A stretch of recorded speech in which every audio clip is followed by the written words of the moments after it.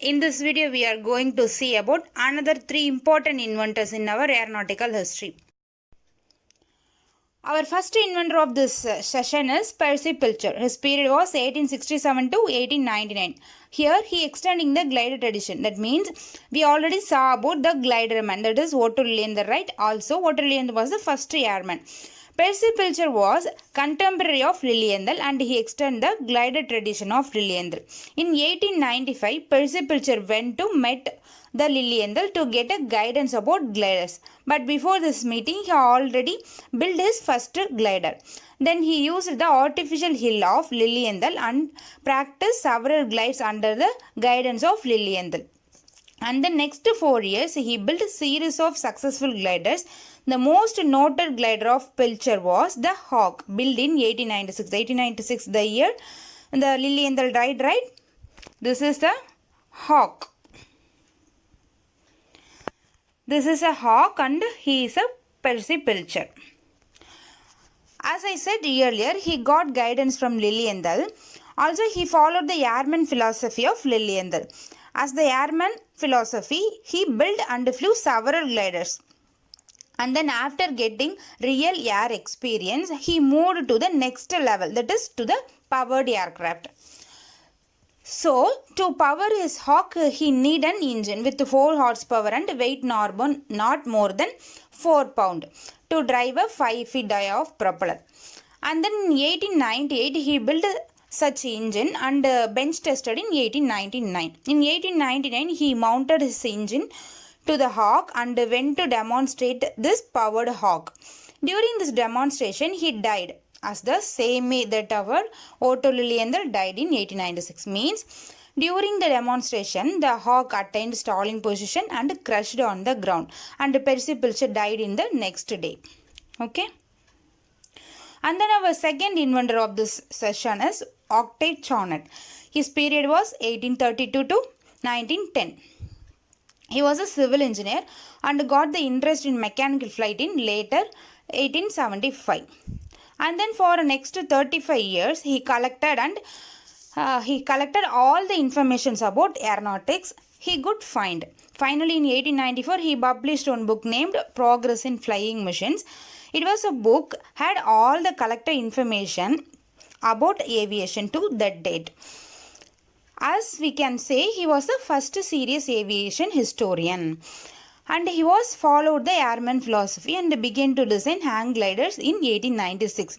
In 1896, he successfully built one biplane glider. This is the biplane glider of Chanute with the Pratt truss. Okay. Later, Wright brothers also influenced from this biplane glider.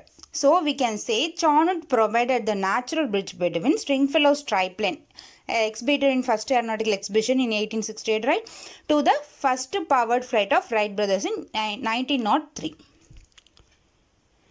And then our third inventor of this session is Samuel Pierpont Langley. His period was 1834 to 1906. He not had any formal education beyond high school, but his works and progress in various departments make us surprised.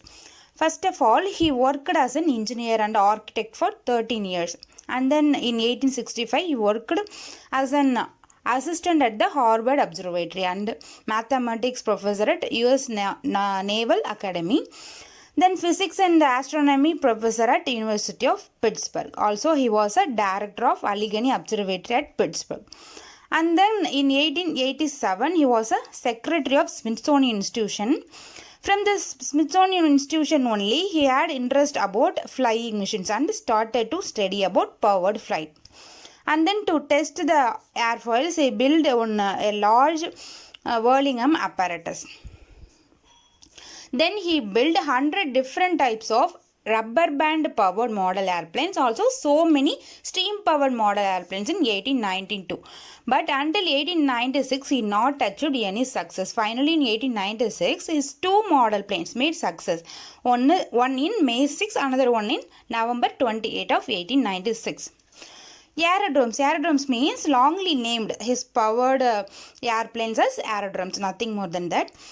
We can see these two aerodromes of Langley were tandem winged vehicles, means aircraft having two wings with one wing located forward and another wing located on the rear portion of the aircraft. This configuration is known as tandem winged vehicles. Okay, and these aerodromes were driven by two propellers powered by a 1 horsepower steam engine of his own design.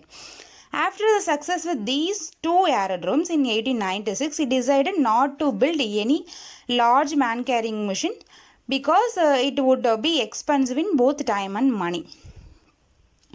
Okay, and then, but in 1898, in between of the Spanish-American War department called Langley to build a flying machine for passengers. Also, Langley accepted this project, and he decided to use gasoline fuel engine to power this big aircraft. Then he commissioned Stephen Balzer to produce such engine. Balzer also made that engine, but Langley was not satisfied about that engine, and he gave that engine to his assistant Charles Manley. And then Manley redesigned that engine with a 52 horsepower and weight not more than 208 pounds. It was a so efficient engine at that time, and Langley was so happy about that engine. And then in August of 1903, he tested a quarter scale model aircraft with 3.2 horsepower gasoline engine. It was a so successful one, and he stepped directly to the full size airplane. It is a design of Langley's full size airplane with the tandem winged, one wing in front, another wing in back side. Okay.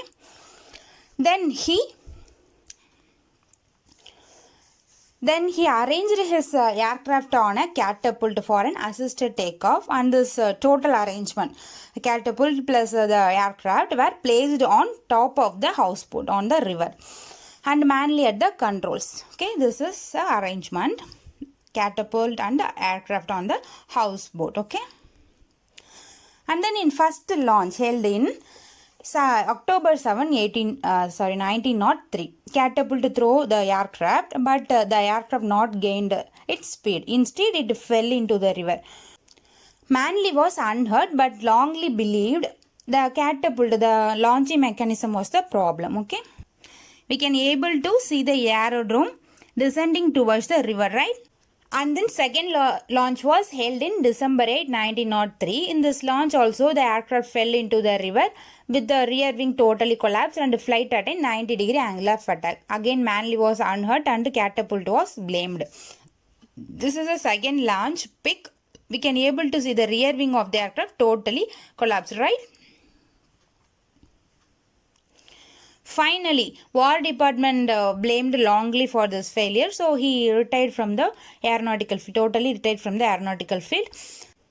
The main reason for his failure is he was a chauffeur. As I said earlier in the last class, chauffeurs are only concerned about the engine and the airframe structures, right? They ignored about the flight control. Similarly, Langley also ignored about the flight control. He only considered about the engine and the airframe structure. He not made any experiment with gliders to get the real feel about the air, right? Also, his assistant Manley in the control not had any flight experience. These all are the main reasons for their failures. But anyway, his works provide some encouragement to the subsequent inventors. Thank you.